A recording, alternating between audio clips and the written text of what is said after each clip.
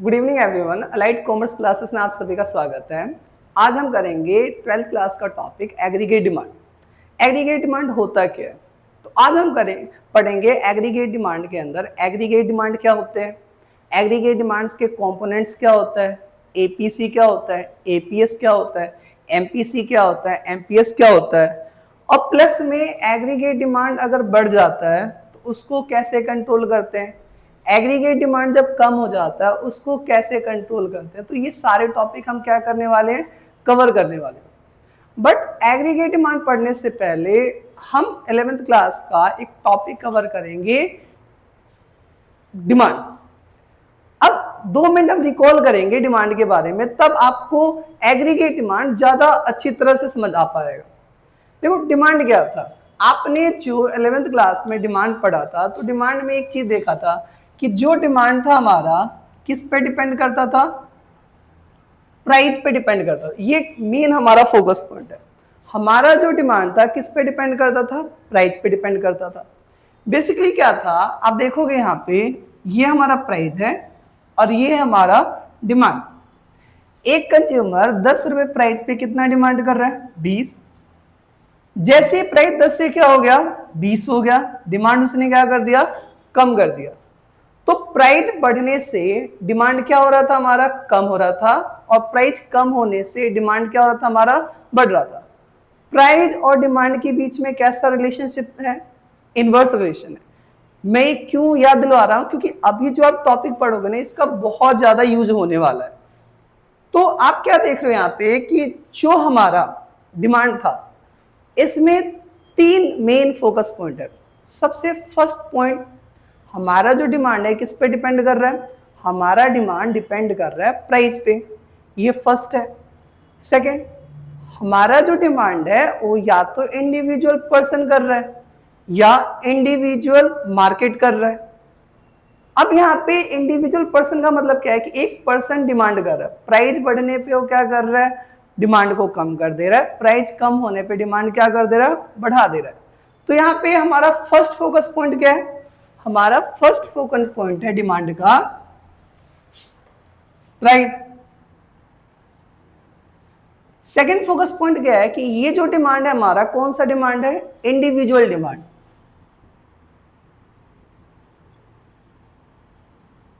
अब ये जो इंडिविजुअल डिमांड है ये कौन कर सकता है, या तो इंडिविजुअल पर्सन कर सकता है या इंडिविजुअल मार्केट कर सकता है। हमारा जो थर्ड फोकस पॉइंट होगा डिमांड के ऊपर कि जो डिमांड और प्राइस के बीच का रिलेशन है, कैसा रिलेशन है, इनवर्स रिलेशन है। तो अब आते हैं हम बैक टू द अपने मेन टॉपिक पे, जो हमारा मेन टॉपिक है एग्रीगेट डिमांड। एग्रीगेट डिमांड का मतलब क्या होता है, देखो एग्रीगेट डिमांड का मतलब होता है कि इकोनॉमी के अंदर जितने भी सेक्टर्स हैं उस सारे सेक्टर जो भी प्लान करते हैं परचेज करने के लिए उसे क्या बोला जाएगा, एग्रीगेट डिमांड बोला जाएगा। मैं रिपीट करता हूं, इकोनॉमी में हमारे जितने भी सेक्टर्स हैं उस सारे सेक्टर गुड्स एंड सर्विसेज को परचेज करने के लिए प्लान करते हैं गिवन इनकम पे। अब हमारा जो 11th क्लास का डिमांड था वो किससे रिलेट करता था, प्राइस से रिलेट करता था। कि जो डिमांड था हमारा किससे लिंक था, प्राइस से। बट जो हमारा 12th क्लास का डिमांड है वो किससे रिलेट करता है, इनकम से रिलेट करता है। कि जो लोगों की इनकम है उस इनकम के बेस पे लोग क्या करेंगे, डिमांड करेंगे। अब इनकम और डिमांड के बीच में कैसा रिलेशन होगा, देखो बेसिकली क्या होगा, इनकम बढ़ेगी, लोग इकोनॉमी में डिमांड क्या कर देंगे, बढ़ा देंगे। इनकम कम होगी, लोग इकोनॉमी में डिमांड क्या करेंगे, कम कर देंगे।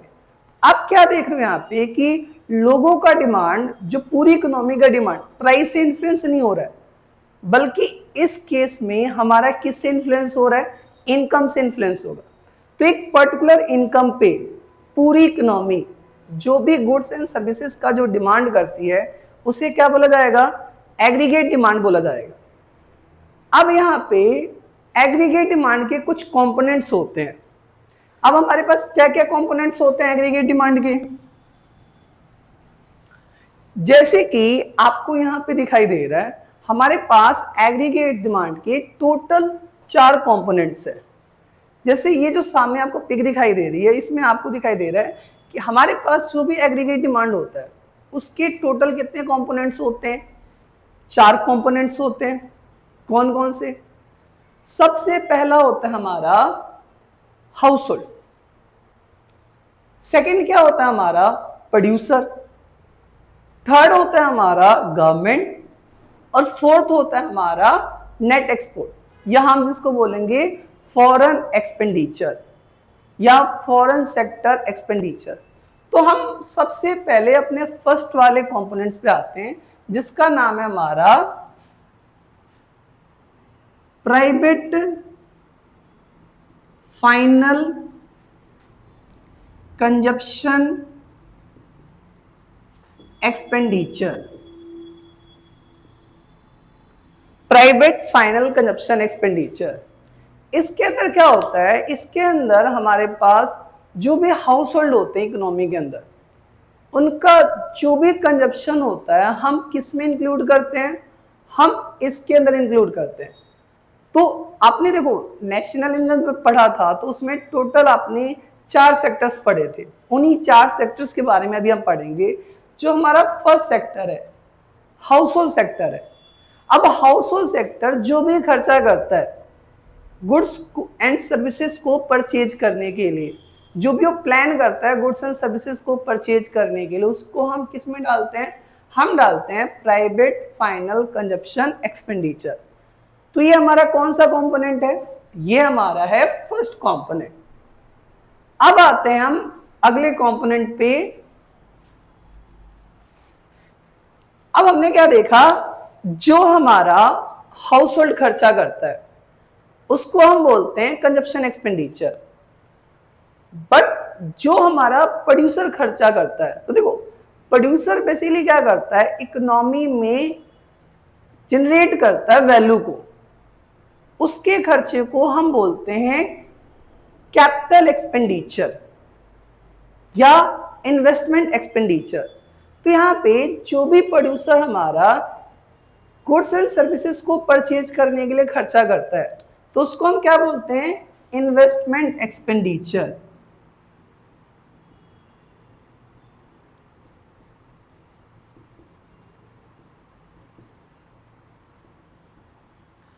अब हमारे पास जो इन्वेस्टमेंट होता है, बेसिकली 2 टाइप का इन्वेस्टमेंट होता है।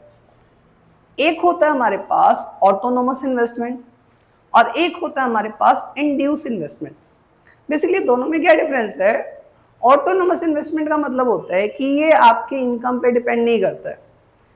आपकी इनकम बढ़ रही है, आपकी इनकम कम हो रही है, इवन आपकी इनकम क्या है? 0 है, ये क्या होगा? फिक्स होगा। तो हमारा जो इन्वेस्टमेंट एक्सपेंडिचर है, इसके 2 पार्ट होते हैं। एक होता है हमारे पास ऑटोनोमस इन्वेस्टमेंट,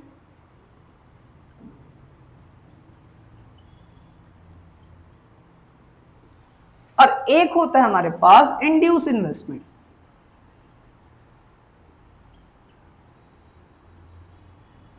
तो हमारे पास टोटल कितने इन्वेस्टमेंट एक्सपेंडिचर होते हैं? 2 होते हैं। एक होता है हमारा ऑटोनोमस इन्वेस्टमेंट और एक क्या होता है हमारा? Induce investment. अब ऑटोनोमस इन्वेस्टमेंट का मतलब क्या होता है? ऑटोनोमस इन्वेस्टमेंट का मतलब होता है कि ये इनकम पे डिपेंड नहीं करेगा। इनकम आपकी बढ़ रही है, इनकम आपकी कम हो रही है, इवन आपकी इनकम क्या है? 0 है, ये क्या होगा? फिक्स होगा, इसमें कोई भी चेंजेस नहीं होंगे।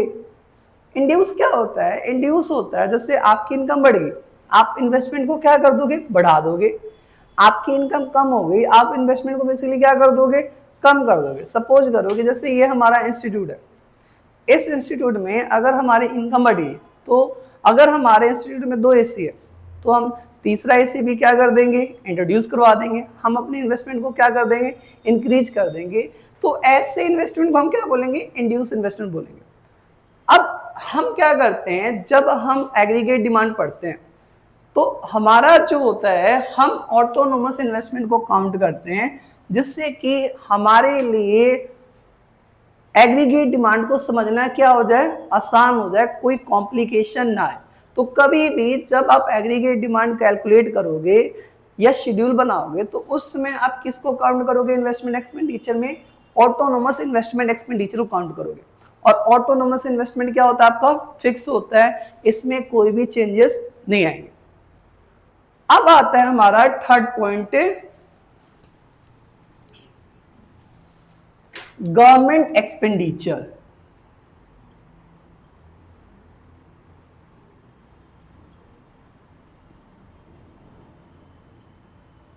देखो गवर्नमेंट एक्सपेंडिचर का मतलब क्या होता है? गवर्नमेंट एक्सपेंडिचर का मतलब होता है कि ऐसा एक्सपेंडिचर जो गवर्नमेंट करती है। आपको पता है government various goods and services को परचेज करने के लिए क्या करती है? एक्सपेंडिचर करती है। अब इन्हीं सब एक्सपेंडिचर को हम क्या बोलेंगे? गवर्नमेंट एक्सपेंडिचर बोलेंगे। तो लास्ट आता है हमारा फॉरेन सेक्टर एक्सपेंडिचर, या उसको हम क्या बोल सकते हैं? हम बोल सकते हैं नेट एक्सपोर्ट। तो फोर्थ क्या हमारा? फॉरेन सेक्टर एक्सपेंडिचर, या इसको हम क्या बोलते हैं? इसको हम बोलते हैं नेट एक्सपोर्ट। अब इसका फॉर्मूला क्या होता है नेट एक्सपोर्ट का? नेट एक्सपोर्ट का फॉर्मूला होता है हमारा एक्सपोर्ट माइनस इंपोर्ट। हम क्या करेंगे? हमारा जो है नेट एक्सपोर्ट को हम रिप्रेजेंट करते हैं x माइनस एम से।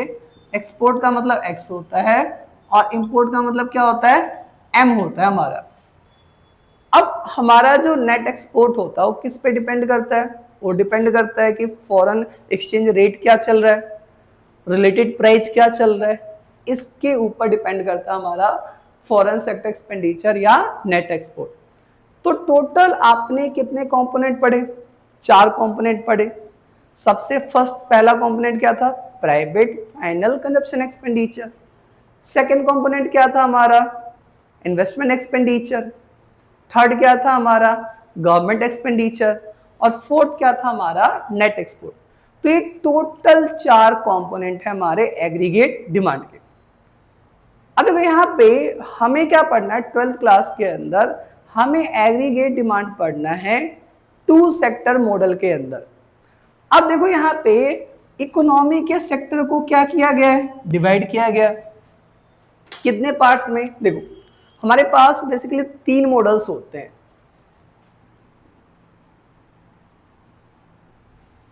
आप यहाँ पे देखोगे हमारे पास टोटल कितने मॉडल्स होते हैं? 3 मॉडल्स होते हैं।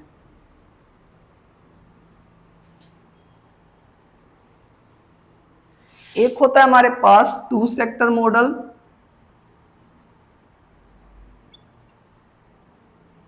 एक होता है हमारे पास 3 sector model,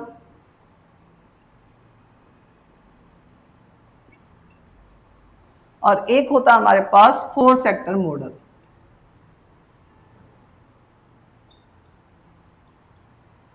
two sector model के अंदर अगर हम एडी को कैलकुलेट करेंगे तो एडी क्या होगा?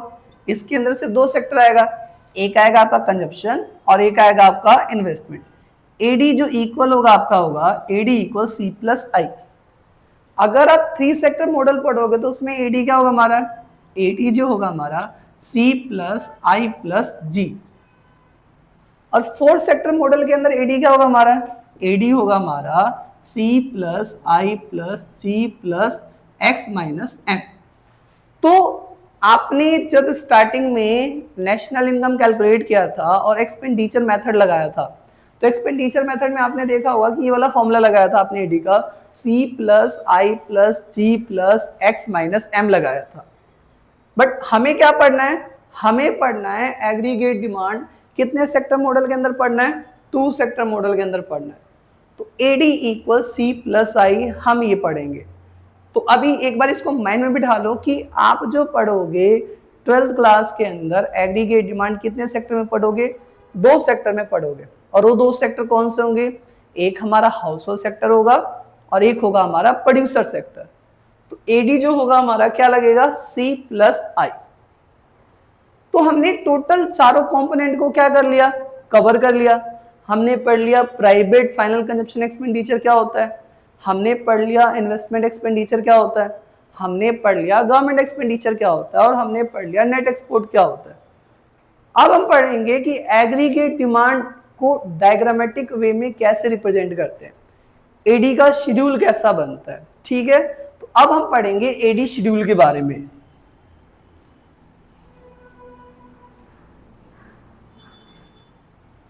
देखो हमारा जो एडी है किस पे डिपेंड करता है, इनकम पे डिपेंड करता है। ये रूल बार बार याद रखना कि आपकी इनकम बढ़ेगी, आपका एडी क्या हो जाएगा, बढ़ जाएगा, और आपकी इनकम कम हो रही है, आपका एडी क्या हो जाएगा, कम हो जाएगा। तो ये जैसे हमारे पास जो इनकम है, इनकम को हम रिप्रेजेंट कैसे करते हैं, वाई से रिप्रेजेंट करते हैं। अब ये इनकम आ गया हमारा, फिर आएगा हमारा कंजप्शन, ये हो गया हमारा कंजप्शन।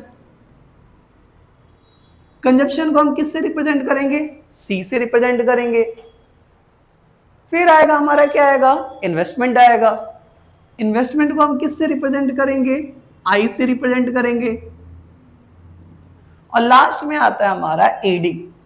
अब देखो क्योंकि आप सभी को पता है कि एडी हम कितने सेक्टर के अंदर पढ़ रहे हैं, 2 सेक्टर के अंदर पढ़ रहे हैं, तो सिर्फ हमने 2 सेक्टर को ही लिया। फर्स्ट सेक्टर हमारा हाउस होल्ड सेक्टर, जिसके खर्चे को हमने सी से रिप्रेजेंट किया है। दूसरा सेक्टर है हमारा प्रोड्यूसर सेक्टर, जिसके खर्चे को हमने एक्सपेंडिचर को आई से रिप्रेजेंट किया है। और एडी क्या बन जाएगा 2 सेक्टर के अंदर, सी प्लस आई, जो अभी हमने प्रीवियस जो पढ़ा था। अब हम मानते हैं हमारी इनकम 0 है, 0, 100, 200, 300, 400। इनकम है हमारी 40, 120, 200, 280, 360। इन्वेस्टमेंट क्या हमारा, इन्वेस्टमेंट हमें पता है कि इन्वेस्टमेंट हमारा क्या रहेगा, फिक्स रहेगा। आई हम मानते हैं हमारा 20 है, 20, 20, 20, 20, 20। एडी क्या होता है, एडी इन दोनों का समेशन होगा सी प्लस आई। तो देखो 40, 20, 60, 140, 220, 300 और 380। अब तो इस शेड्यूल में ना 2-3 चीजें नोटिस करना।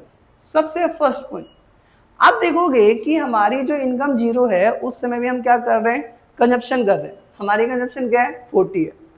तो ये हमारा फर्स्ट है। 0 लेवल पे भी आप कुछ ना कुछ क्या करोगे, कंज्यूम करोगे। देखो अभी आपने रिसेंट में देखा था कोविड के टाइम में बहुत सारे लोगों की क्या हो गई थी, जॉब चली गई थी, उनकी इनकम क्या हो गई, नील हो गई, 0 हो गई, उनको कोई इनकम रिसीव ही नहीं हो रही थी। बट क्या उन्होंने खाना पानी छोड़ दिया, क्या जीना छोड़ दिया, नहीं, उनको तो सरवाइव करना ही है।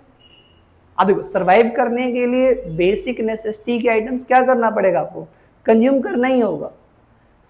अब वो कंजप्शन कहाँ से होता था, तो देखो 2 तरीके होते हैं आप 0 इनकम पे सरवाइव करने का। फर्स्ट तरीका, या तो आपके पास कोई प्रीवियस सेविंग होगी, उस सेविंग का आपने यूटिलाइजेशन किया होगा अपने कंजप्शन को परफॉर्म करने के लिए, उसको हम बोलते हैं डिस सेविंग बोल देते हैं।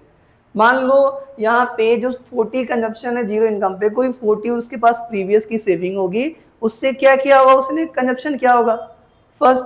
सेकंड, आप लोन ले सकते हो अपने कंजप्शन को क्या करने के लिए, पूरा करने के लिए। तो देखो सरवाइव करने के लिए आपको बेसिक नेसेसिटी का कंजप्शन करना ही होगा।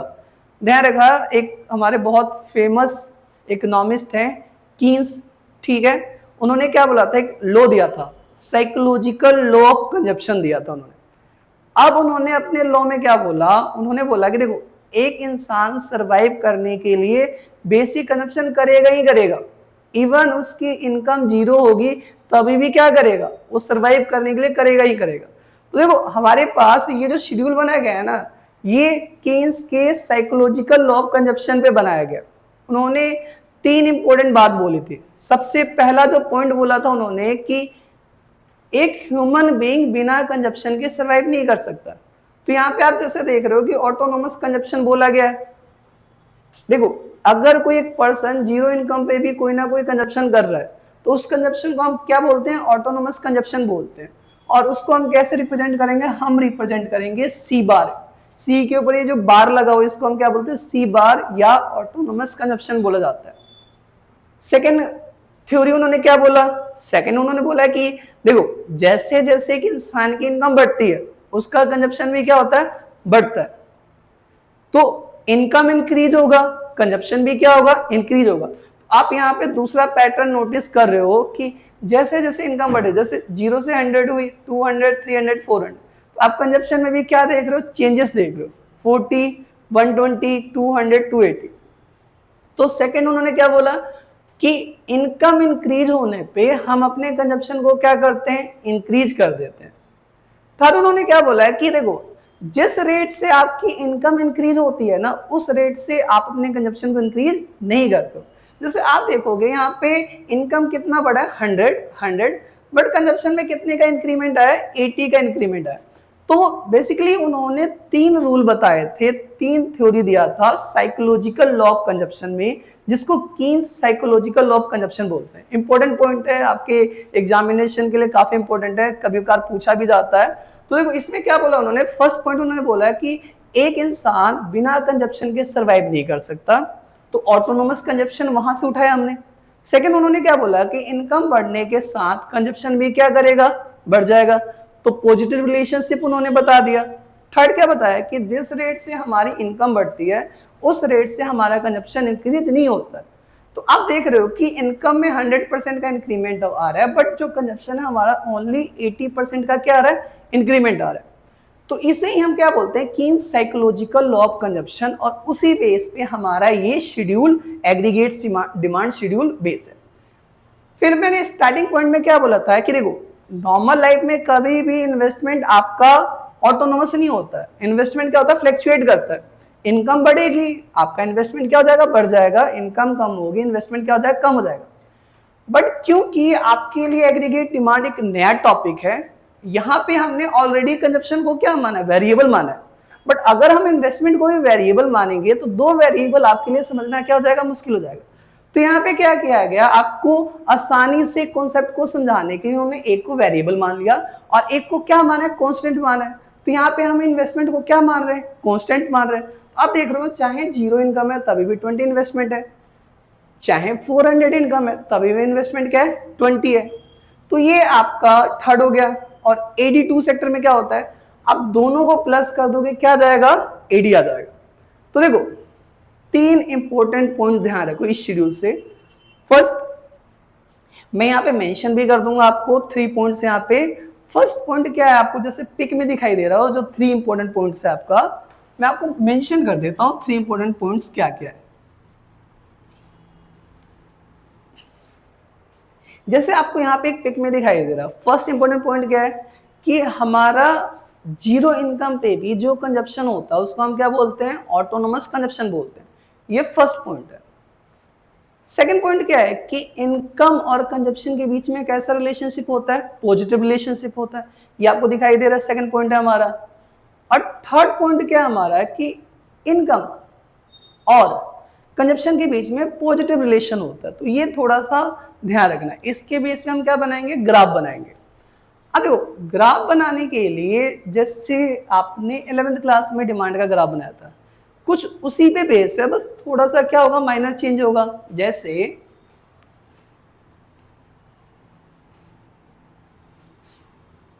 देखो ये जो होता है हमारा कौन सा एक्सिस होता है, एक्स एक्सिस होता है। ये जो होता है हमारा कौन सा एक्सिस होता है, वाई एक्सिस होता है। ये 0 हो गया। देखो यहां पे हम किसको रिप्रेजेंट करेंगे, एक्स एक्सिस पे हम रिप्रेजेंट करते हैं इनकम को। ये हमारी क्या है, इनकम है। वाई एक्सिस पे हम किसको रिप्रेजेंट करते हैं, हम रिप्रेजेंट करते हैं कंजप्शन और इन्वेस्टमेंट को, कंजप्शन और इन्वेस्टमेंट। तो आप क्या देखोगे, अब इसको पहले एक बार पॉइंट कर देते हैं। जैसे ये 0, 100, 200, 300, 4, 500, 100, 200, 300, 4 और 500। देखो आप जब इन्वेस्टमेंट कर्व बनाओगे तो आपका इन्वेस्टमेंट कर्व कैसा बनेगा, कुछ ऐसा बनेगा, parallel to x axis. Reason क्या होता है पैरेलल टू एक्स एक्सिस होने का, क्योंकि देखो क्योंकि जैसे जैसे हमारी इनकम बढ़ती है या इनकम कम होती है, हमारे इन्वेस्टमेंट पे कोई भी इम्पैक्ट नहीं होता है। इन्वेस्टमेंट क्या होता है, कांस्टेंट होता है। इस वजह से आपका जो इन्वेस्टमेंट कर्व है पैरेलल होगा किसके, एक्स एक्सिस के, या हॉरिजॉन्टल होगा। सेकंड क्या होगा, आपका जो कंजप्शन कब होगा, इसकी स्लोपिंग कैसी होगी, अपवर्ड स्लोपिंग होगी। रीजन क्या होता है, इनकम बढ़ेगा कंजप्शन कम होगा, इनकम कम होगा कंजप्शन क्या हो जाएगा, कम हो जाएगा। इनकम और कंजप्शन के बीच का रिलेशन कैसा होगा, पॉजिटिव रिलेशन होगा। सेम आपका जो एडी कर्व बनेगा वो कैसा बनेगा, एडी का भी सेम बनेगा आपका, अपवर्ड स्लोपिंग होगा। रीजन क्या होता है अपवर्ड स्लोपिंग का, इनकम बढ़ेगा कंजप्शन क्या हो जाएगा, बढ़ जाएगा। इनकम कम होगा कंजप्शन क्या हो जाएगा, कम हो जाएगा। एक पॉइंट और आप देख रहे होगा कि जो कंजप्शन कर्व है और जो एग्रीगेट डिमांड कर्व है वो क्या है, पैरेलल है एक दूसरे के। रीजन क्या है, देखो एडी क्या होता है, एडी होता है सी प्लस आई, मतलब कि सी और एडी का बीच का गैप क्या है हमारा, ये आई है, आई, और ये आई क्या होता है, कांस्टेंट होता है। तो देखो आई कांस्टेंट है, इस वजह से सी और एडी क्या होगा आपका, पैरेलल होगा एक दूसरे के। तो एंड नेक्स्ट पॉइंट क्या है हमारा कि आप देखोगे जो कंजप्शन कर्व है या जो एग्रीगेट कर्व है वो इंटरसेप्ट कर रहा है, कहां से इंटरसेप्ट कर रहा है, वाई एक्सिस से इंटरसेप्ट करके जा रहा है। रीजन क्या होता है, इसका रीजन होता है, देखो कंजप्शन कर्व वाई एक्सिस को इंटरसेप्ट इस वजह से करता है, ऑटोनोमस कंजप्शन। आप जीरो इनकम पे भी कुछ ना कुछ क्या कर रहे हो, कंज्यूम कर रहे हो, इस वजह से जो आपका कंजप्शन कर्व किसको कट करके जा रहा है, आपका वाई एक्सिस को। पिछले साल एक एमसीक्यू में क्वेश्चन पूछा गया था, तो बहुत सारे बच्चों ने गलत कर दिया था। ये पूछा गया था कि y axis sorry consumption curve y axis को इंटरसेप्ट क्यों करता है। तो देखो सिंपल सा आंसर है, क्योंकि ऑटोनोमस कंजप्शन होता है, इस वजह से जो कंजप्शन कर्व होता है हमारा वाई एक्सिस को क्या करता है, इंटरसेप्ट करता है। तो देखो ये जो कर्व है, ये जो आपका, इससे 3 पॉइंट ध्यान रखना। पहला, इन्वेस्टमेंट कर्व पैरेलल क्यों होता है, क्योंकि इन्वेस्टमेंट क्या होता है, कांस्टेंट होता है, ऑटोनोमस इन्वेस्टमेंट। तो यहाँ पे फर्स्ट पॉइंट क्या याद रखोगे, ऑटोनोमस इन्वेस्टमेंट। सेकंड क्या होगा, कंजप्शन कर्व अपवर्ड स्लोपिंग क्या होता है, क्यों होता है, या एडी कर्व अपवर्ड स्लोपिंग क्यों होता है, क्योंकि there is a positive relationship between income and consumption. तो इनकम और कंजप्शन के बीच में जो पॉजिटिव रिलेशन होता है, इसकी वजह से हमारा जो कंजप्शन कर्व की स्लोपिंग कैसी होती है, अपवर्ड स्लोपिंग होती है। थर्ड क्या है कि एडी और जो सी ये पैरेलल क्यों होता है, इसके बीच का रीजन क्या है पैरेलल होने का, क्योंकि इनके बीच का जो गैप होता है वो क्या होता है, इन्वेस्टमेंट होता है, और इन्वेस्टमेंट लेवल ऑफ इनकम पे डिपेंड नहीं करता है, क्योंकि वो ऑटोनोमस है। फोर्थ है हमारा जो कंजप्शन कर्व है वो वाई एक्सिस को क्यों इंटरसेप्ट करके जाता है, तो रीजन होता है ऑटोनोमस कंजप्शन। तो देखो आज के लिए फिलहाल हम इतना ही करेंगे, इसके बाद पार्ट 2 आएगा जिसमें हम पढ़ेंगे एपीसी क्या होता है, एमपीसी क्या होता है, फिर एग्रीगेट डिमांड एक्सेस होता है तो उसका क्या सॉल्यूशन होता है, डेफिसिट होता है उसका क्या सॉल्यूशन होगा। फिर उसके बाद एक मैं इंपॉर्टेंट इस चैप्टर की क्वेश्चन की सीरीज भी लेके आऊंगा, तो स्टे अपडेटेड, आप अलाइड कॉमर्स क्लासेस से जुड़े रहिए, आपको new updated video daily basis पे मिलती रहेगी। Thank you.